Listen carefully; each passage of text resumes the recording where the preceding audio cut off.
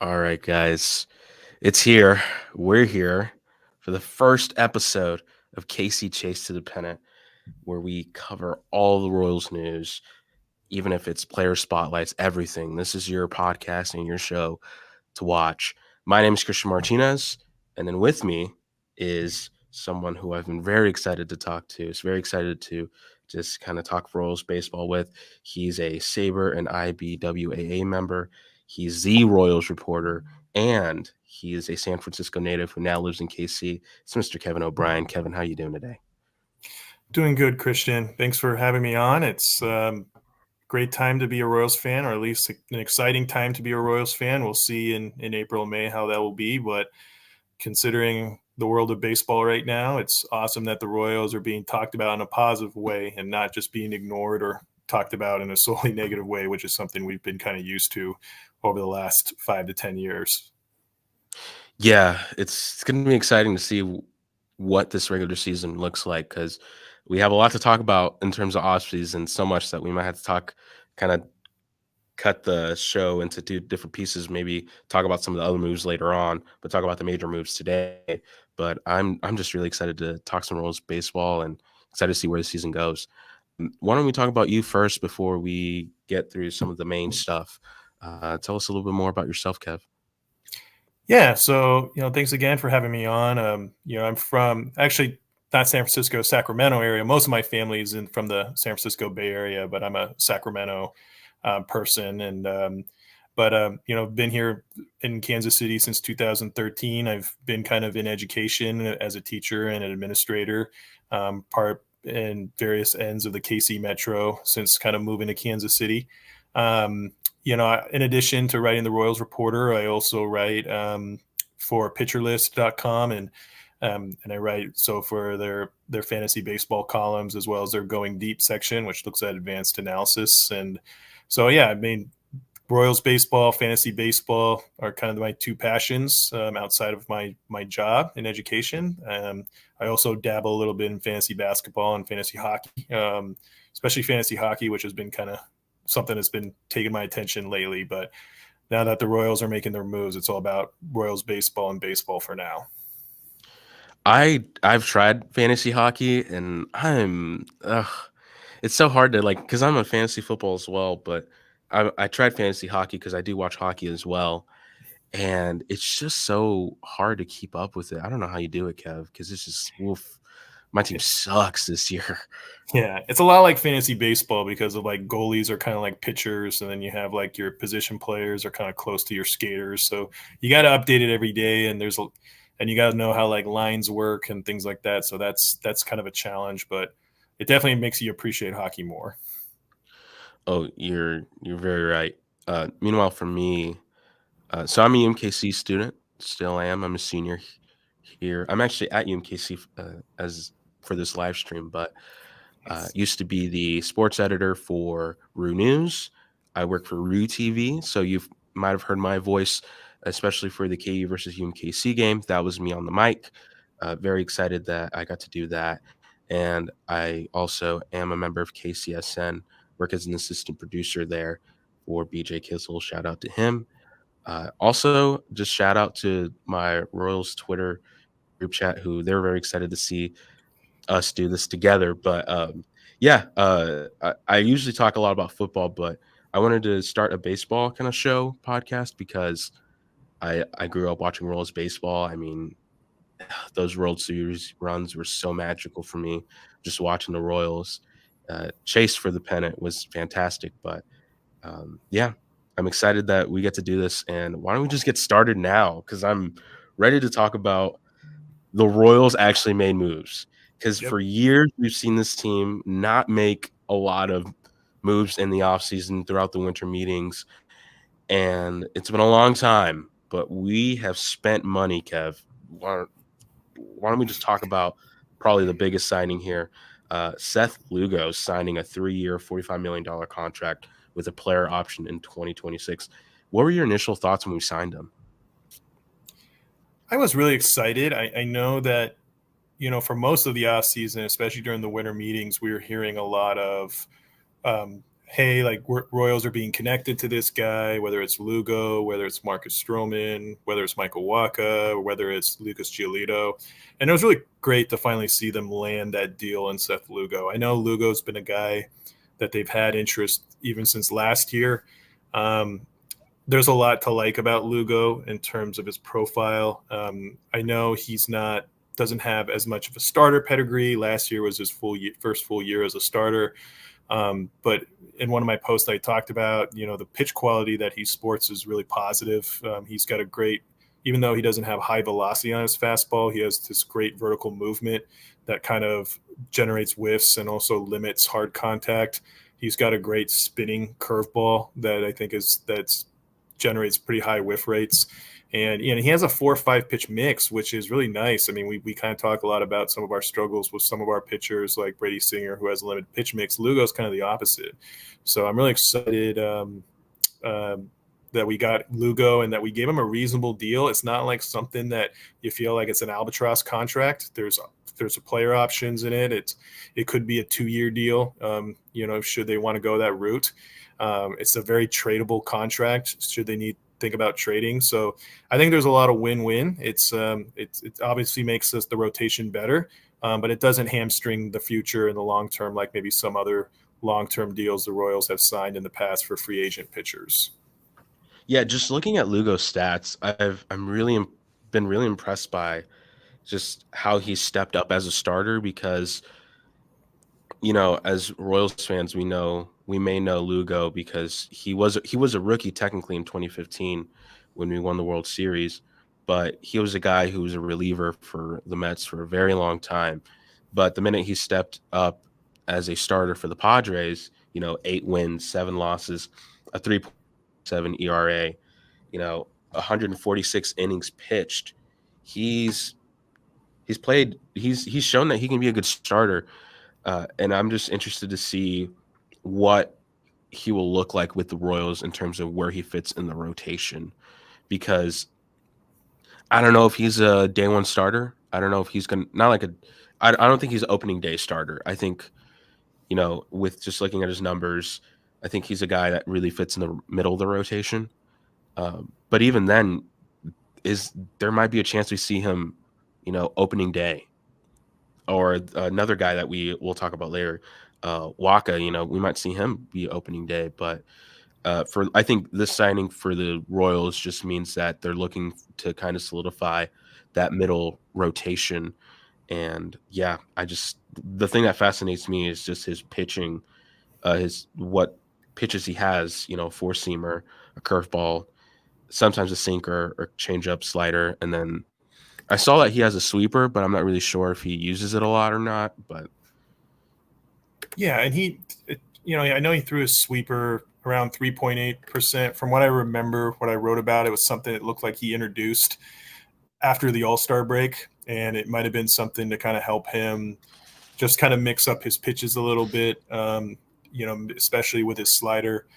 And I agree. I don't think Lugo is a number one starter. I think if it was Lugo was the only deal the Royals were making, I wouldn't be as excited as I am.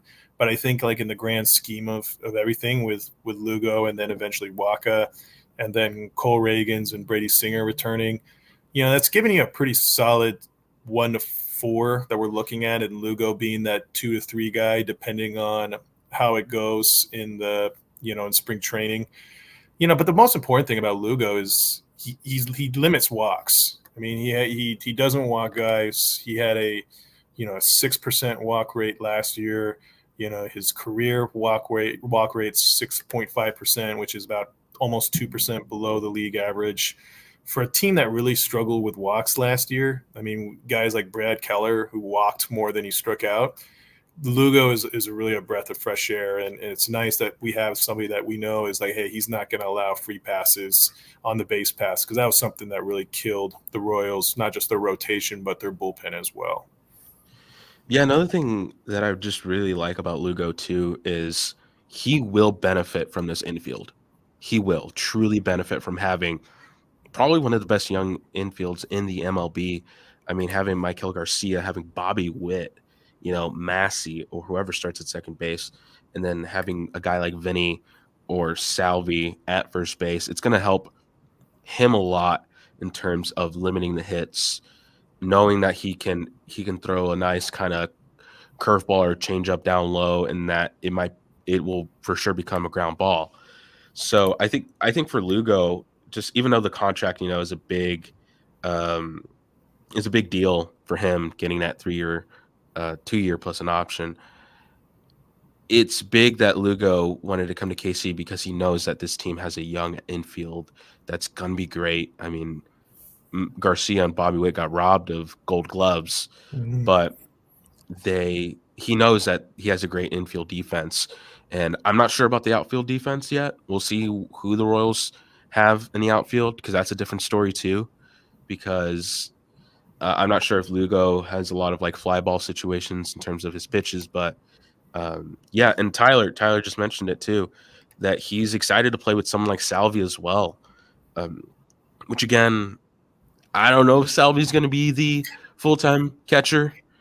Knowing his kind of just his framing and everything, it's not as great as it used to be. I mean, we might see Freddie Fermin catch most for the Royals since he's shown to be a great defensive catcher. But yeah, I think Lugo just he's just a great signing. Again, I put this in the rundown here, but he's our first major signing since Ian Kennedy. Think about that. Ian Yeah. Kennedy, a guy that we were high on. I think he played in Arizona, and then he comes to the Royals. Um, but do you think things will be different? Do you think, yeah, I know that Ian Kennedy wasn't like phenomenal with the Royals or wasn't even like decent, but do you think things are going to be different now with the signing of Lugo? I think so. And kind of to bring back to your point about the infield defense, Lugo had about a 45% ground ball rate, which is above league average. So he's going to take advantage of this infield defense.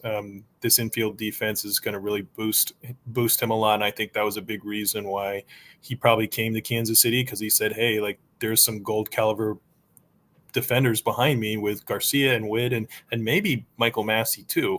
And so I think, he saw that and said, hey, this is going to be the best spot for me. And I think, I did saw that, hey, like this is one of the biggest deals we've had since Ian Kennedy. And I think it's different for a couple of reasons. And one, Kennedy's deal was about 5 years, I believe. It was like a 4 or 5 year deal, about 70, and that's a long time. Trying to think that you're going to have a pitcher that's going to be valuable for 5 years, especially at Kennedy's age. I think he was around maybe a year or two younger, but Kennedy also had a lot more mileage on his arm. Lugo hasn't had that much mileage because he's been a reliever. Lugo doesn't have the injury history that Kennedy has. Kennedy had injury history when he was with the Yankees and before he went to the Padres and the Diamondbacks. And also like Kennedy was more of a fly ball pitcher rather than a ground ball pitcher like Lugo. And so, if with Kennedy, if the strikeouts aren't coming, it's like those fly balls become home runs, and that kind of really hurt him down the stretch in his career and why he transitioned to the bullpen. Lugo, that's not his problem now. And so, and again, I understand Kennedy at the time. I think, the Royals had just won a World Series. They wanted another guy that was going to kind of lead the rotation. They didn't really think they could afford Johnny Cueto, who I think went to the Giants on an insane like 10-year deal or something like that, or 7-year deal, I believe. So, but I like this Lugo deal better because it takes care of what the Royals need to take care of for the next 2 to 3 years, but it doesn't really hamstring them. It's not something that they're going to be in year 4 and year 5 and be like, oh man, like what are we going to do with Seth Lugo? We can't really put him out there. And when you can also put Lugo in the bullpen too. So at the very least, if he does stay for that 3rd year, he could be a lights out reliever, which we didn't really know from Kennedy. And Kennedy only had really one good year as a reliever, and then he really struggled in 2020, his last year. So I think I like the deal a lot more. It's cheaper. It's less years. I think there's more versatility with Lugo. So I think it's a much better deal. I think it will turn out better. Yeah, Ben, who's one of my friends in the group chat for the Royals, talks about if Lugo will do the same or better. I mean, he's going to do the same. I think he's going to do even better. Again, just looking at his numbers from Baseball Reference and just looking at I was watching a lot of his highlights and just looking at the way he pitches. I mean, he's smart. I think he's a smart pitcher. I think he knows what what he needs to throw when he faces a lefty, when he faces a righty. Something I noticed, there's one of his pitches that he throws exclusively to lefties, but yeah, I think it's exciting that we get someone like Lugo here. Um, Casey Water, shout out to you. I know you wanted that shout out for a while, and he wants us to answer the question, so we will. Do you think Singer gets traded at the deadline if he is doing decent? I think Singer definitely is. I mean, we know that he was on the block last year. It sounded like the Dodgers had some interest in Brady Singer. But I think JJ is doing the right thing. The good thing is now Singer doesn't have the pressure on him like he did last year. Last year, he was Team USA representative in the World Baseball Classic. I remember Zach Greinke was like, "Yeah, Brady Singer probably should be the number one. He would be the number one if he didn't get enough time, if he got enough time in spring training." And things didn't go well. So I don't think we would have gotten a great trade package for Brady Singer. I think now they're letting him pitch a little lower in the rotation. He gets better matchups. There's less pressure. And I think if he does pretty well, if he's showing any part of his 2022 self, there's going to be a lot of value. And you can kind of see what, like what the Marlins were looking for like Jesus Luzardo, looking for like a Vinny Pasquantino type. That could open up. I mean, the Singer could command somebody who's a top young player or a top prospect if he's gets back to his 2022 self. And I think definitely I would say JJ is probably going to look to trade him if he has enough value at the deadline. Yeah, I mean, I would love to keep someone like Brady on this roster because he's a guy who has, I think, one of the better young arms in the league. I think he has shown. I mean, he's on Pitching Ninja almost all the time when he has a start because he throws some of the craziest just balls that I've ever seen. And I think it would suck just to trade a guy like him. I think he's someone that the Royals should try to build around. Him and Cole having that 1-2, if they can continue to develop and get better at what they do, I think those are guys you want to keep. But if, let's say, we see like a Bubich kind of become great as well, or somehow Jordan Lyles somehow becomes better, which I don't want to say I doubt it, but I doubt it. I mean, I think Singer could be like a great package piece if we wanted another pitcher. Honestly, I'm not entirely sure if he's going to be someone the Royals want to trade in the first place, but if the Royals like the rotation without him, I think he plus like maybe an infielder, I think, or even MJ. I mean, Tyler just mentioned it. I think having like MJ plus Singer, you could get a young guy like Jesus Luzardo who has like that proven kind of like he can pitch type ability to him. But again, I'm honest. This is just me, but I think keeping a guy like him would be great because he throws really really well. Yeah. Um, but Yeah, yeah, but yeah. when he's on, it's like he's incredible. I worry about the contract talks last year. He, that they went to arbitration, and it sounded like things kind of got ugly. And so, I mean, that's just the nature of arbitration. But the Royals typically don't go to arbitration with a lot of their players, and so I worry about that. I don't know if Singer would be committed to staying long term in Kansas City, and I think the Royals have less want to do that, and so it's kind of like, well, if he's not going to stay long term, why not trade him when his value is the highest? That's the way I look at it. Yeah, and then one more thing about Lugo before we move on to our second pitcher that we signed to a good deal. A lot of people were talking about how the Royals overpaid for him. I saw that a lot on Twitter, Instagram, that people were saying that the Royals overspent for a guy who isn't gonna be like a top 5 pitcher or top 10, or I mean, I think it's realistically that he can be a top 20, top 30, but a lot of people say we overspent. And you and I talked about this earlier when that signing happened, but do you think it's worth the overpay for a guy like Lugo if you're the Royals, a small market team who can't really sign a guy like an Otani to a massive contract. But is it worth the overpay? I would say this: pitching is expensive. I mean, pitching is very expensive, and it doesn't matter if you're the Royals or the Dodgers.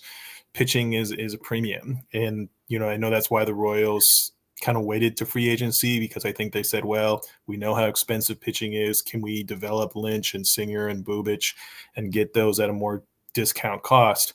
And it hasn't really worked out totally.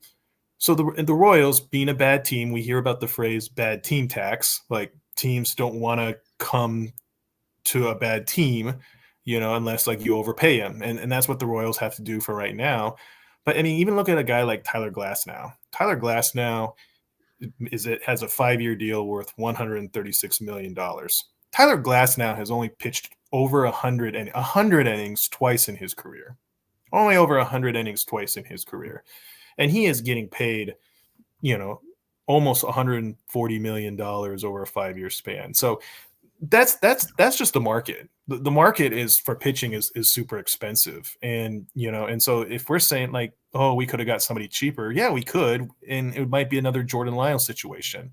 Like Jordan Lyles didn't break the bank last year, and he didn't do well, and now we think we overpaid Jordan Lyles. So I think at this right now, like until the Royals get better, it's like, this is what you got to do. You got to pay a little bit over. You got to add the extra years. You got to add the player options, and hopefully in a year or two, if the team is better, then guys are saying like, you know what, like I'm gonna stay. Kind of what we saw with like Lourdes Gurriel, right? It's like Lourdes Gurriel probably could have got a bigger annual average value with another team, but he's like, I like playing with the Diamondbacks. I know I can do good in Arizona, so I'll take a little bit of a discount. So, but the Royals aren't there yet, and that's the reality with how our financial structure is in baseball. Yeah, I agree to your points because I think if you're a Royals team right now, you have to overpay for guys if you want to make a run. And Water asked a question here: if do you think the Royals can make a playoff run this season? I think that's what they're planning. Honestly, to be quite frank, I think you don't go out and spend this much money if it doesn't mean you're gonna go on a playoff run. I know that we kind of saved this question for a little bit later, but um, I think this is their chance. I mean, signing a guys like Waka, Renfroe, Will Smith, and even then you made plays for Kyle Wright, Nick Anderson. Those are guys that they're going to help you in the playoffs. And even you get a guy like Will Smith who's shown playoff pedigree. You get a guy like Seth Lugo who's also been in the playoffs multiple times. Waka's been in the playoffs multiple times, and is a former All-Star. Um, and I think this is the Royals saying, yes, we're going to go out there and we're going to go try to win at least the Central, because it's weak. It's a weak AL Central right now. I mean, the best team is the Twins, and the Twins really aren't anything to kind of be kind of excited for, Yeah. or even you look at a guy like, or not a guy, a team like Detroit. I mean, Detroit's making moves because they know that the Central is going to be one of the weakest divisions in MLB, and we're not going to be. Not everyone's going to be competitive. I mean, the White Sox, they're a team right now. The Tigers are doing all right. The Twins, they're doing okay as well. But I think this is a Royals' chance. I mean, you have a young roster, you have young batters, you go get veteran pitchers, and you go bulk up the bullpen, and you go try to make that run like the Diamondbacks did, or heck, like the Orioles did last season as well. So I do think that we were going to try and make a playoff run this year. I think it's going to be very dependent on what happens right at the All-Star break. If we are first place in the Central at the All-Star break, we need to go make more trades. Mm. Like we need to make moves. But yeah, I don't know if you feel that way, Kevin, but this is just the optimistic Royals fan in me, but I feel like this is this year, and then maybe even next year, those are our chances. Like that's our window. Yeah, I think these next 2 years are real key. And I agree with you. I don't know. I think obviously the Royals are saying, hey, we're going to get better. We're not going to be losing 106 games, and hopefully they're not losing 90 plus games. But you look at this division, and like you said, it's not great, and there's really nobody getting better. You could argue Detroit is getting better, But the White Sox are rebuilding, new GM. They got rid of Tim Anderson. They're really kind of focusing on the future. So we know that, hey, things aren't great there. The Guardians might be in the same boat. I mean, Terry Francona just retired. They hired a manager with no managerial experience. They're talking about trading Shane Bieber. They got rid of Cal Quantrill. Josh Naylor is another guy they're talking about trading. So you're looking at, you might have two of your best players gone by opening day for Cleveland. Detroit pitching is great. I gotta admit, like, I think they have a fantastic rotation, but their hitting is kind of okay. Like, Torkelson was good, but he hadn't been really good before. I'm not a huge Riley Green fan. Like, Riley Green, it's like super athletic, but is he going to give you 20 home runs? Like, I don't think so. And there's a lot of, like, their lineup, the Tigers. It's like Matt Vierling. Yeah, those guys, it just doesn't do it for me. And for the Twins, they're the best, most complete team, top to bottom, but they have injury history. Byron Yeah. Buxton, we know, can't stay healthy. Royce Lewis was phenomenal, but he missed 2 full years prior to that. Max Kepler has always been injured. Bailey Ober, one of their pitchers, has been injured. So, like, to me, it's like the Twins, they're banking on everybody staying healthy. Should anything happen to that, then things could go south real quickly for them. Yeah, they're like And the Chargers, you know? yeah, I mean, they have all this preseason hype because they yeah. have good talent, but then regular season happens and you start losing players left and right. But yeah, I just see the Royals take advantage of this. And then Tyler says it too. They're also cutting back on payroll. And you don't even know how Carlos Correa is going to do next year. I mean, is he still going to be that guy from Minnesota? And So he wasn't even that guy last year. Like, he wasn't that good. Like, and they have him for 5-6 more years, and he's got some injury history. Like, yeah, I don't know. Like, they're for sure next year, but I think, like, after next year, I don't know, man. I'm not really too optimistic, and a lot of their prospects haven't developed like they've thought. Like, Austin Martin has been a disaster, and yeah, I don't know anybody else who's going to be that great for them. So, yeah. And then real quick before we move on, Megan asked the question, just the thoughts on Vinny, trying to trade him to Miami. I'm so happy we didn't make that trade. I think Vinny is a guy who you build this organization with. Like, you cannot trade him. He's a bona fide first baseman. It's really hard to find really good first baseman too. I think because usually you look like a guy like Chris Davis, who was with the Orioles. He's the guy that I always remember that he was so good, and then he tanked and just didn't become great. Um, in first baseman, they can be that volatile sometimes, especially if they're very reliant on power. But Vinny has shown that he can both hit with power. He has great contact, and even though Jesus Luzardo is a great pitcher, I think it's not. I wouldn't want to rely on a guy like Nick Prado right now because I think Vinny shows you a lot more potential and shows that he can be an all-star or he can be just a great kind of offensive and defensive piece here for Kansas City. Um, but Kev, I don't know if you feel the same way as well. I think I was reading some things that it might have been just one of those. I don't think they were shopping Vinny. It was more of a situation of the Royals saying, hey, what would it take to get Jesus Luzardo? And then probably the Marlins saying, probably Vinny Pasquantino. And I'm sure probably the Royals are saying, well, maybe MJ Melendez would be okay with, but that's too much. It's intriguing. Luzardo has been a very good pitcher for the last 2 years. He does have injury history too. I mean, he had injury history in Oakland, and he really didn't turn it around until he got to Miami. And you really only have 3 more years of Jesus Luzardo, so that's another thing. It's like, are you okay with losing a guy you might have for 5 years or more in Vinny Pasquantino for a guy you might only have for 3 years who has injury risk? Now, Vinny has injury risk too. He did miss last year, but it's a little bit different for first basemen than pitchers. But I think what makes Vinny so good is that he has such a disciplined plate approach. He has shown that he can get on with walks as well as getting hits, and that's a skill that the Royals haven't had a great history or track record of developing. The Royals tend to have a lot of more free swingers, so I'm glad they didn't get rid of Vinny. They need, and if you go to anything with the Royals, like if you go to FanFest or anything like that, Vinny's kind of the heart and soul of the team. I mean, he's like, if the Royals are serious about building around Bobby Witt Jr. for the future and giving him an extension, he's going to want to have dudes that he knows that he can be with for a long time. And I think Vinny is that guy. And I think Bobby knows that. It's like, hey, it's going to be me and Vinny taking this team to the postseason. And so I think if you trade him, like, hey, that doesn't really send a great message, I think, to Bobby, saying like, hey, anybody's expendable here. And then it's like, well, then I'm going to look for my own interest. So I think there was probably that reason too of saying, hey, we got to make sure that we're surrounding Bobby with guys he wants to be around with and can feel like he can win with long term. Yeah, Vinny's a guy. Vinny's like that dude for the Royals. And again, you lose someone like him, it shows Bobby that, maybe I need to go somewhere else that appreciates my talent and wants to give me a chance to grow as a hitter and become an all-star and become the face of the Royals.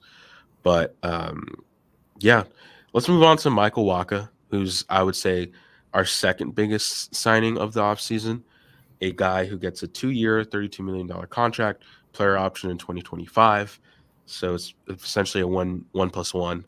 But he's another dude that I'm excited about. I mean, just looking at 2023, he had one of his best seasons in years. A lot of us Missourians might know him from, being with the Cardinals for a long time. He was an all-star in around the 2000 early 2010s. I think it was 2015 or earlier than that. But 14 wins, 4 losses, a 3.22 ERA, 124 strikeouts, which are the most for him since 2017, and 22.4 strikeout percentage and a 2.4 WAR. This is another guy I'm excited for. Another guy who's going to be in the middle of the rotation, who's going to be a great veteran piece for the Royals. And again, it tells you with these deals for Lugo and Wacha that they have a window that they're looking for right now just for the Central. I mean, 2024 and 2025, I feel like are big years for them. But Kev, give me your initial thoughts on having a guy like Wacha here in KC. I liked it. My initial, when I was hearing the Stroman rumors, he was kind of one of the guys I was looking forward to more than Wacha. But when I looked deeper into it, I think Wacha is the right move. One, I think that 1+1 contract is really great. It's a very tradable contract should the Royals go that route. It's not a long-term commitment, even only 2 years. You look at, if you look at Wacha over the last 2 years, because I think that's what some people are saying. Well, look, Wacha's year, like the xFIP was high, the FIP was high, but then if you look at the last 2 years, it's really not that bad. And you look at it, his ERA over the last 2 years, the 3.27 was better than Lucas Giolito, Stroman, and Jesus Luzardo. So he's over the last 2 years, he's been arguably a better performer than 3 of the guys that the Royals have been tied to. His K to walk ratio is better than all those 3. Well, it's better than Giolito and Stroman. It's a little less than Luzardo, but it's still pretty solid. And you look at the contact, because that's always the big part, is like how hard do opposing hitters hit an opposing pitcher. And over the last 2 years, Wacha has had the lowest hard hit percentage at 35.4%. So to me, it's like if you look at Wacha as a 2-year sample, there's a lot to like compared to what Stroman and Giolito would have offered. I think Giolito would have been probably the worst signing. He has home run problems. I think that's something I think it would have been a much bigger rebound project, but I think Wacha gives you a lot of stability. And like I said, we don't really know if he's going to be a number 1. Nobody's saying Wacha is the opening day starter. It could be Lugo. It could be Cole Reagans. So that's also a nice thing, is that Wacha is coming into a situation where there's some expectations, but nobody's expecting him to be a James Shields, to be the savior of the organization. They're just expecting him to do what he does and produce. And I think we'll see that. Yeah, and Tyler, he gave us a good stat here, but a 2.39 ERA from May 1st to October 1st. that's another like small sample size that makes me excited to see him here in KC. And I think one of the bigger things is just having Lugo and Waka here. It gives you an idea that they're really wanting to have them there, not only to kind of be in the rotation, but also help out with the pitchers. I mean, Lugo and Mike, they're going to be guys who can help, coach up folks like Daniel Lynch, who again has shown potential, but kind of needs to take that next step. Even I think Lugo, and I'm excited to see what Lugo teaches Cole Reagans, because they're both kind of, I don't want to call them similar, but they're both pitchers who I believe are lefties, and I think Lugo can teach Reagans a lot to become an even better pitcher. Mhm. Um, but yeah, I think Waka is a good signing. I think again it shows you that the Royals do see this year as a year to compete and trying to tell Bobby Witt and tell Kansas City like, hey, we're not just going to sit here like a duck and let the season go by and we don't take advantage of a weak division and take advantage of that we have a good roster. So I'm excited. One thing I do want to talk about that some of the folks here in the chat were talking about is rotation predictions, because Mhm. if I go back up here and try to find it, just looking at, here you go, Ben mentioned it. Who is the five? It's a big deal, because right now we know for sure it's Lugo, Waka, Reagans, and Singer, who at least are in the top four, not in that specific order, but you at least know that those four pitchers are going to be there at least as your first four starters. But who's your fifth? For me, as much as I know that we have him to a very hefty contract, please do not make Royals. Do not make Jordan Lyles your fifth. Do not make that man your fifth. I know that he signed a big contract in perspective in terms of his talent, but please do not make that man your fifth. I I feel like you need to make Bubich or Lynch that number five, or bring up Lacey at that point. Yeah, I think looking at that, I look at that very interestingly. The one of the things we saw with Matt Quatraro last year is that he's open to being creative with rotation spots, whether it's utilizing an Yeah. opener, whether it's having a bulk guy. Some guys that I think you could do, and let's say that the Royals have to use Jordan Lyles. Let's just say that we're in a reality that Jordan Lyles maybe over a 2 to 3 inning sample, and if he can be piggybacked with an Angel Zerpa or Alec Marsh, might not be a bad route. Alec Marsh and had, I think, about a 9 ERA as a starting pitcher. When he moved to the bullpen, I believe his ERA was around 3.6. So he produced a lot more when he was in a bulk innings role. So could you have Jordan Lyles go 2-3 innings, have Alex Marsh go 3-4 innings, and then just pass it off to the bullpen, which we know is a lot more loaded than it was last year, or go that with Angel Zerpa if they want to give a different look from the left side. I'm not sure Angel Zerpa is a starter, but I'm not sure if he's just a 1-2 inning guy. So, I mean, you have two guys like that who could be very good. Chris Bubich, he's going to be out for a little bit because of his recovery from Tommy John. But again, he shouldn't be somebody that the Royals or Royals fans should sleep on. His name is always being mentioned when they're talking about when JJ and Quatraro have been doing their postseason or off-season press conferences. They're kind of like, well, we were hoping for Bubich, and then he got hurt. So I think Bubich was probably due for a good season, and then he got hurt. So I think when he joins, he could get the fifth spot. The Royals are eating money for Hunter Dozier. They still have another year of money that they're hitting or they're eating. So I think if Lyles, they feel like, hey, this guy can't give us at least average production, it wouldn't be surprising if he follows like the Hunter Dozier mold and is gone by May, like Dozier was. Yeah, a DFA, a DFA. Uh, Tyler says Tyler was saying that maybe Danny Duffy comes back. I I love. Oh my God, Danny. I love Danny. Don't get me Yeah. wrong. Mm-hmm. But if Danny signs with the Royals, I think he's more of a bullpen guy. I don't think you Yeah. can. I don't think you can make him a more reliable fifth, because he's a little bit older. He is a guy who knows, like, I don't want to say knows the system, but he's been with the Royals. He's a guy who's very coveted here in KC, but just don't let him go to the Burger King or anything like that. But Duffy for me, Duffy for me is not it would be great. I mean, a great homecoming signing, but he's a guy I would very much rather see as a middle reliever or someone who kind of helps in the bullpen. But I think me personally, I think seeing Bubic be the 5 to start, and then if Lyles shows that he can be better, then sure. But I think having Bubic or even Lynch, Mm-hmm. I think would be great just for the Royals to have. And again, I think it just shows you that getting Waka and Lugo really makes this easier Yeah. because not to do what ifs. Imagine if we didn't sign those guys, we would have to worry about Lyles be a 3. Like imagine having Lyles be in the middle, like that would be terrible.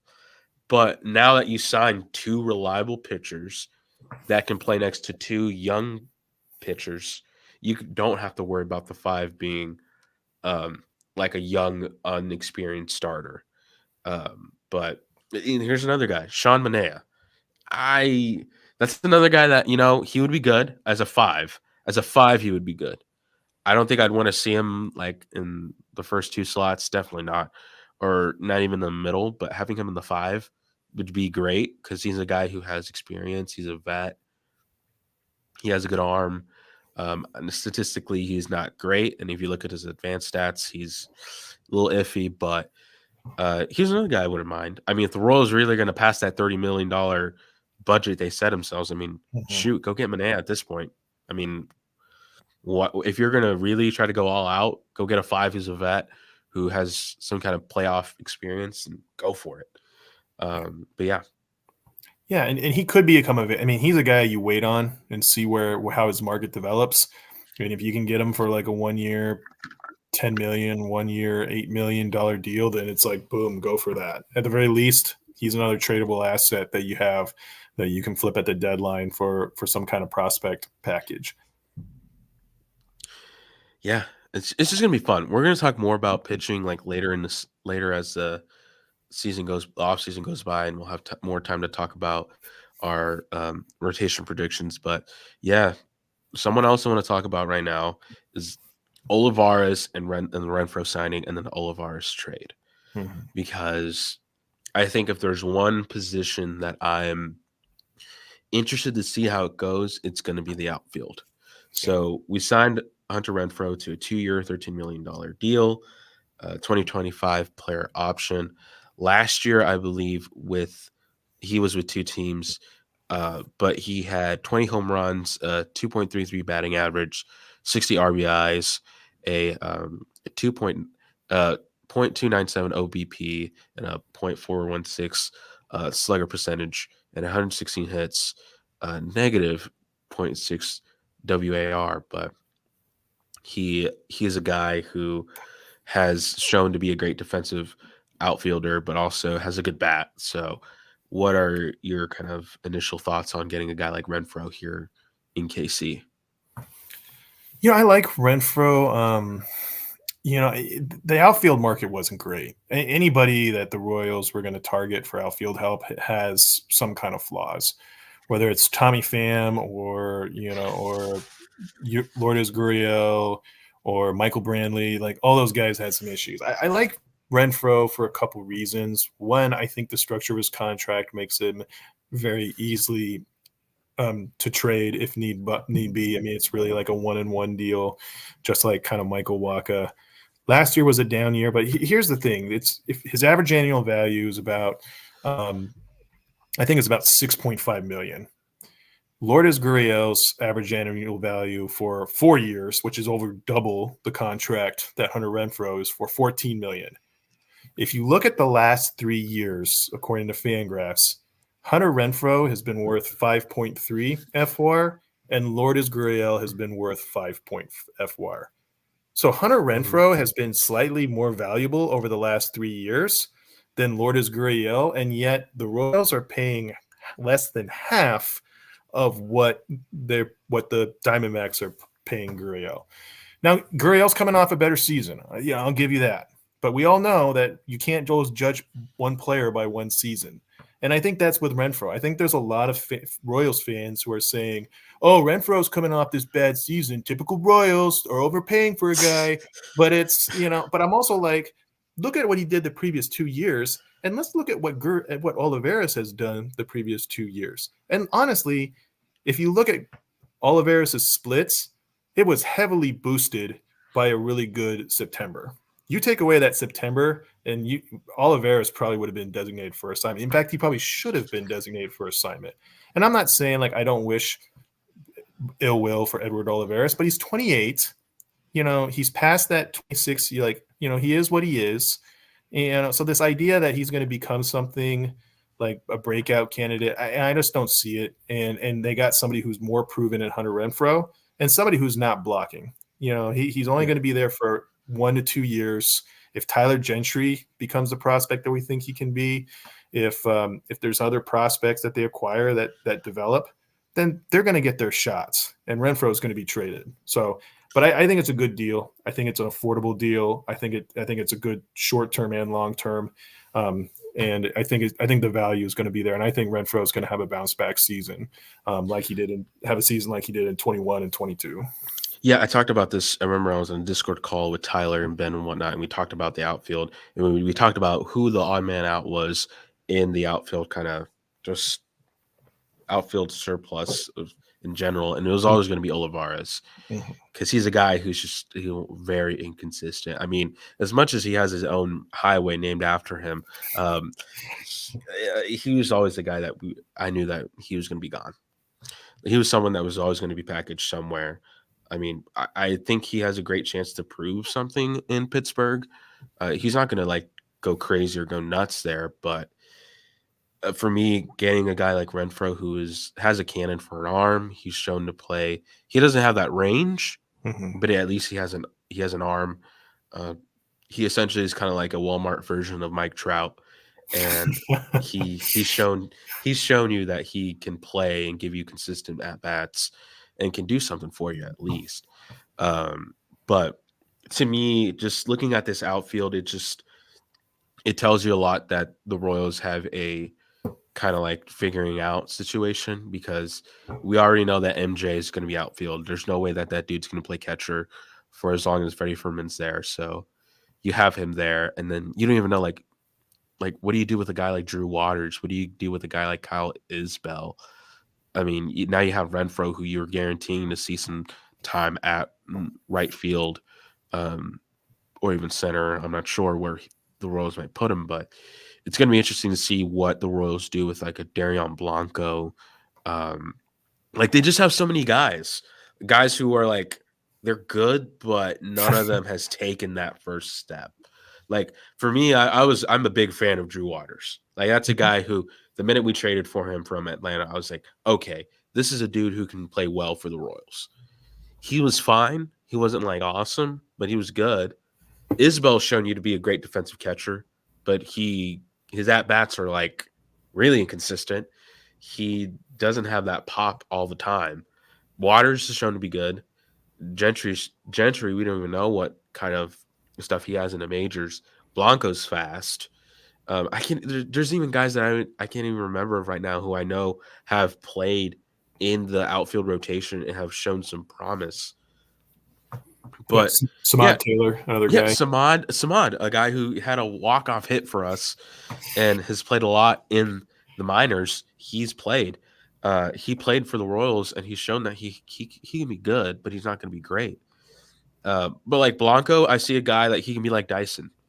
He can be like a Gerard Dyson for us, and I think we should have him as our fourth guy. But it's going to be fascinating to see what the Royals are going to do with, having MJ there. Nelly, that's another guy who he has great at bats because he shows that he has a lot of power, but defensively you don't know what he has.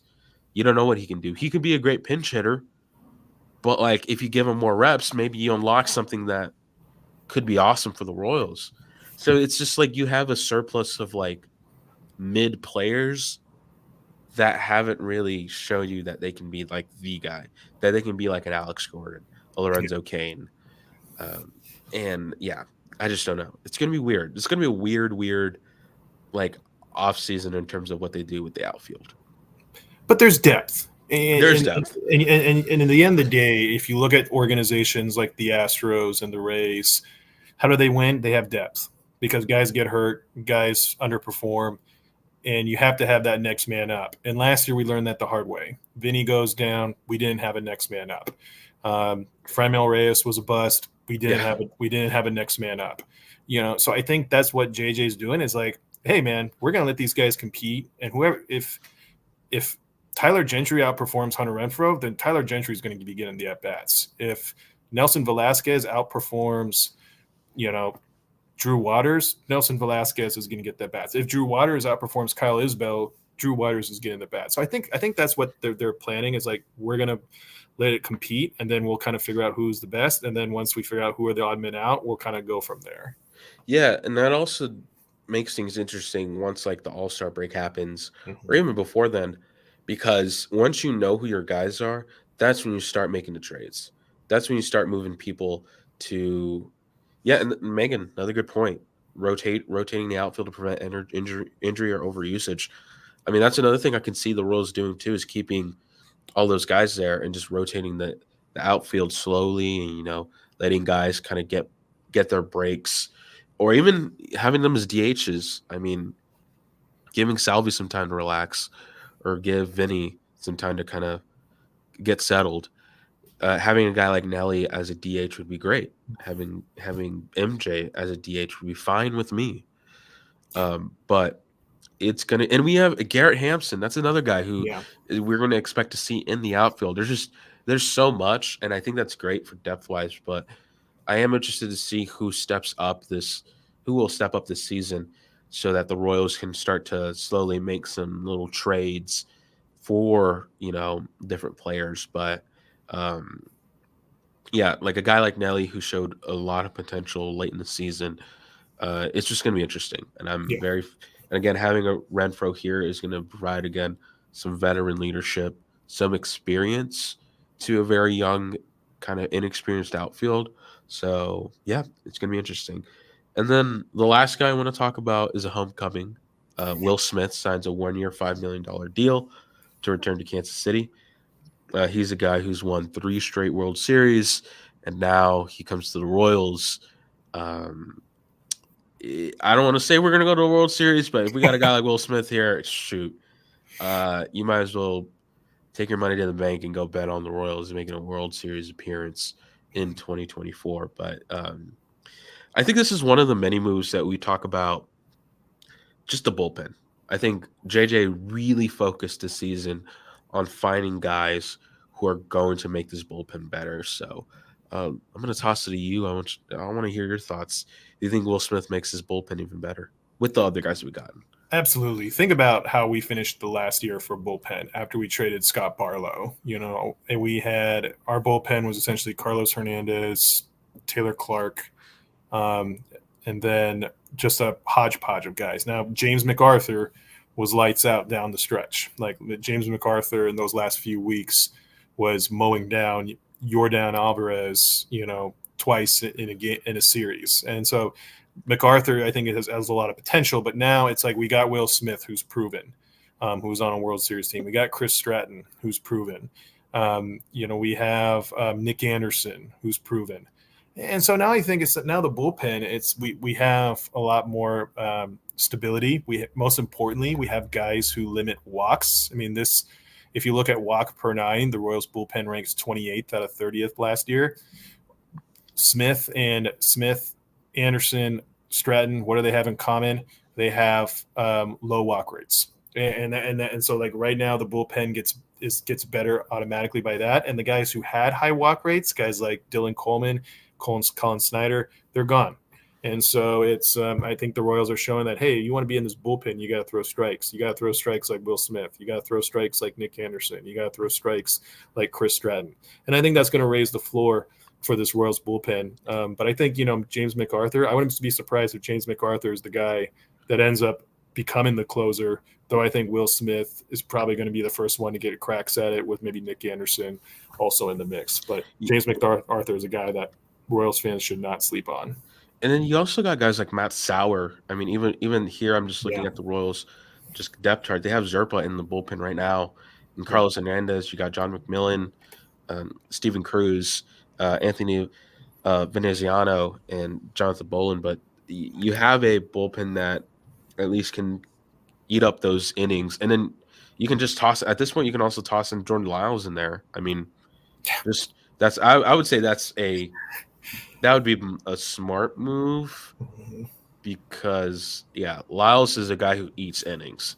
Yeah. He will eat up innings for any of the starters if needed, and I think having him just at least kind of come in the middle of the game and just kind of eat up maybe 5, 6, and 7 would be great. But um, just looking at the signings that the Royals have made, it just really shows you that they are kind of prioritizing the bullpen as well. Someone had mentioned this in the chat, but um, I wouldn't be shocked that the Royals try to get at least one more guy. I think so. Matt Moore is someone that I think Tyler and even Ben, we were talking about like getting. He used to play for the uh, Rockies, and he was a guy that I think a lot of fans would want to have here in Kansas City. I think he's a lefty as well, but I think you get one more guy in the pen, and I think you're set. I think you can roll with it, and depending on where we are um, in the regular season, I think here you go. Yeah, Yeah, like Stanek. Stanek too. Mhm. Stanek too. Yeah. Stanek's a power arm. Someone who has been KC and Moore's left-hander. Thanks for that, Tyler. Appreciate it. Um, but legendary offseason indeed. But yeah, I think you bring in one more guy, and I think you have a pretty solid bullpen. And the Royals have been known for bullpens. I mean, you look at 2015, 2014.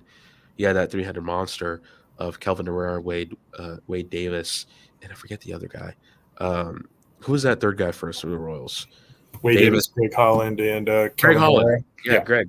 And he Yeah. had Greg Holland. I mean, Mhm. those three consistently showed up for the Royals in the postseason.